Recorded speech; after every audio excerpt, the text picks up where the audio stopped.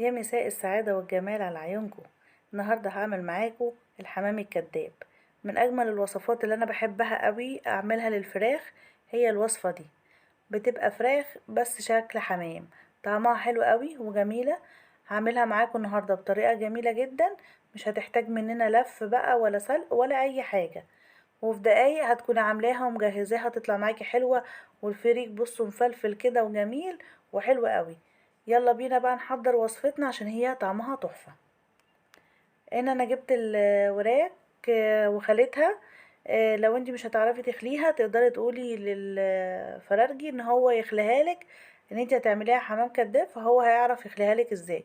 انا بخلي القطعة اللي من تحت دي عشان تبقى كأنها شكل الحمامة يعني وراسها، وبشيل من هنا الدبوس بكسر العظمة وبسحبها، وبخلي القطعة اللي فوق دي بتبقى مقفولة كده على بعض، بفكها كده بالسكينة وبشيل منها العظم وبفردها علشان تديني الشكل اللي انتوا شايفينه ده اقدر الفها.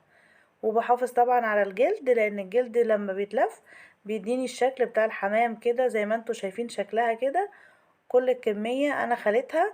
لو انتي عايزة تعرفي طريقة الخلي انا كنت عاملاها قبل كده في فيديو، وكنت عاملاها في الكيس الحراري، ممكن اسيبهولك في صندوق الوصف تدخلي على اللينك لو حابة تشوفيه عشان تعرفي طريقة تانية للتسوية وكمان شرح الخلي ازاي. انا هنا بقى التتبيلة جايبة طماطماية وبصلاية ضربهم في الكبة كده منعماهم، وحط عليهم ملح وفلفل وجوز الطيب. تبلتهم كده الفراخ، بجهز التتبيله دي عشان اتبلها، بتفرق قوي قوي في الطعم، فعلا بتخلي الطعم حلو قوي. لو انتي حابه تتبليها قبلها بيوم وتجهزيها لتاني يوم بتبقى حلوه طبعا كل ما بتقعد في التتبيله. لا حابه تعمليها في نفس الوقت عادي جدا، التتبيله دي بتبقى حلوه وبتديها طعم جميل جدا. انا بتبلها زي ما انتوا شايفين، بحط فيها في كل الجوانب كده من جوه ومن تحت الجلد عشان لما تيجي تاكليها كده تلاقيها طعمه وطعمها حلو وجميلة. التوابل بتاعتنا النهاردة هو الملح والفلفل وجوز الطيب والفراخ والفريك.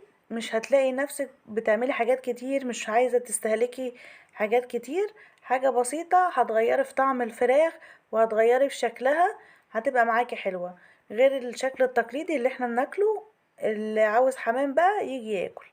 دلوقتي انا جبت الفريك غسلته كويس ونقعته لمدة ساعتين، بس ما سبتوش فترة طويلة، هو ساعتين. وهبتدي بقى دلوقتي ان انا ايه كده اسويه شوية. بحط سمنة. طبعا الفريك لو فيه سمنة بلدي تبقى حلوة جدا. بحط الفريك بعد ما غسلته كويس وصفيته من المية اللي انا كنت نقعاه فيها، بحط عليه رشة كده من جوز الطيب زي ما اتفقنا. التوابل بتاعتنا النهاردة ملح فلفل جوز الطيب، مفيش اكتر من كده، وهتاكلي احلى اكلة. والفريك هيطلع طعمه تحفة وحلو قوي قوي. انا حطيت جوز الطيب، ودلوقتي هحط شوية كده من الفلفل الاسمر بيديله طعم حلو قوي على فكرة. الفلفل لما بيبقى زيادة شوية كده بس مش زيادة عن اللزوم يعني بيخلي طعم الفريك حلو قوي. وكمان هظبط الملح، طبعا انا ظابطه الملح بالمقدار اللي هو في التتبيله على الفراخ واللي في الفريك عشان يبقى متعادل. هشوحه كده شويه وخلاص، على كده مش هياخد وقت، هطفي عليه. بعد ما بيرد معايا شويه الفريك سبته هدا كده عشان اقدر امسكه واحشي الفراخ. هبتدي بقى دلوقتي ان انا اجهزها معاكم. بصوا هي بتبقى كده، المكان بتاع العظمة بتاعة الدبوس ده بيبقى مفتوح، هو ده اللي انا هعتبره كأنه صدر الحمامة. هحط فيه الفريك وهضغط كده بصبعي شوية علشان يدخل الفريك كله ويتملى وتبقى ايه مليانة معاكي. طبعا الفيديو شرح نفسه كده، انتوا فاهمين انا بعمل ايه.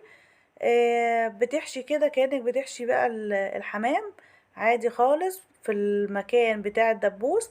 والحتة اللي هي ده اللي فوق بروح حاطة فيها برضو شوية وبقفل اللحمة على بعض، وبالجلد بروح لفاها عشان تبقى مظبوطة معايا.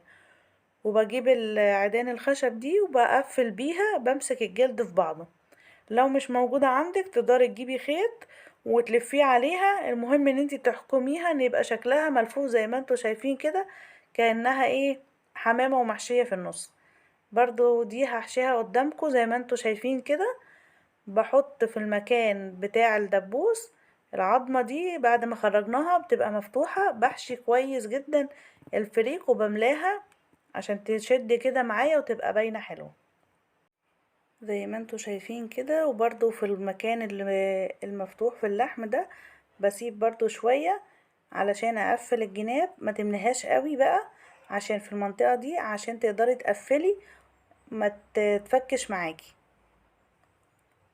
هضم اللحمة الاول على بعض، بعد كده بروح حاطة العيدان الخشب واروح جايبة الجلد اقفله عليها زي ما انتوا شايفين كده. سهلة جدا وبسيطة، هتغير في طعم الفراخ وفي شكلها وهتخلي ولادك يحسوا بالتغيير. يا سلام بقى لو انت عندك ضيوف وعملت لهم شوية حمام من ده، حاجة كده روعة حلوة قوي. زي ما انتوا شايفين حمام ده بقى ولا مش حمام؟ بص وادي رقبتها ومطبوحة اهي وزي الفل اهي جميلة اهي. انا هنا بعد ما جهزتهم كلهم رصيت الفريك في الصينية، بس للأسف كان الفيديو مش بيصور. وانا بحطهم انا حطيت الفريك، بعد كده حطيت عليه ربع كوباية صغيرة من المية، وحطيت الفراخ رصيتها عليه ودخلتها الفرن بعد ما غطيتها بالفويل. هنا بعد ما طلعت من الفرن بعد ساعة، عدت ساعة بالظبط، كانت استوت معايا. جبت هنا معلقة من الزيت ومعلقة من معجون الطماطم اللي هي الصلصة، ورشيت رشة بسيطة كده من الملح عليها والفلفل الأسمر، وقلبتهم كويس مع بعض. وهدهن الوش بتاع الفراخ وهدخلهم الفرن، بس يا دوبك ياخدوا وش كده حلو من فوق وتبقى جهزت معايا. هنا بعد ما حطيتها في الفرن اخدت وش كده التحمير وطلعت. هو كان للاسف زي ما قلت لكم ما كانش التليفون بيصور ان انا وانا برصهم عليها. انتي بس بتحط لها ربع كوبايه ميه وهي بتنزل ميتها بيشربها الفريك زي ما انتوا شايفين كده. فريك حلو مفلفل وجميل، لا هو ناشف محروق ولا هو معجن، حلو قوي قوي. شكلها جميل وريحتها تحفه وطعمها تحفه تحفه تحفه، جميله جدا. وبصوا الفريك كان حلو قوي ومستوي كويس جدا، ما كانش محتاج ان هو يبات ليلة في النقع ولا اي حاجة. هما الساعتين بتوع النقع والساعة اللي كانت في الفرن وكانت مستوية وحلوة جدا جدا. بصوا جميلة. والفريك اللي جواها كمان كان مفلفل وحلو، استوى كويس جدا، طعمها تحفة وشكلها حلو. لو انتوا فضلتوا معايا لغاية هنا انا حابة اشكركم جدا، وحابة اشكر كل اللي بيدعمني، وحابة اللي هم بتشوفوني واول مرة تتعرفوا عليا وتشوفوا قناتي. اتمنى ان انتوا تشتركوا في القناة علشان خاطر اكبر بيكوا. اجمل اخوات، ربنا يخليكوا ليا ويديمكوا نعمة في حياتي. انا حابة اشكركم كلكم واشوفكم دايما بخير كده متفاعلين معايا. سلام.